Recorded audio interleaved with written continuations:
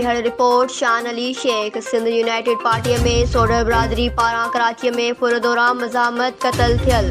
Professor ज़ैनुलाब्दीन सोढ़र जे क़ातिल जवाबदारनि जी गिरफ़्तारीअ लाइ मेहर में सिकंदर सोढ़र, अब्दुल हमीद सूमरो, अकबर सोढ़र ऐं ॿियनि जी क़यादत में नांदल्स हाईवे खां नेशनल प्रेस क्लब मेहर ताईं एहतिजाजी मुज़ाहिरो कयो वियो।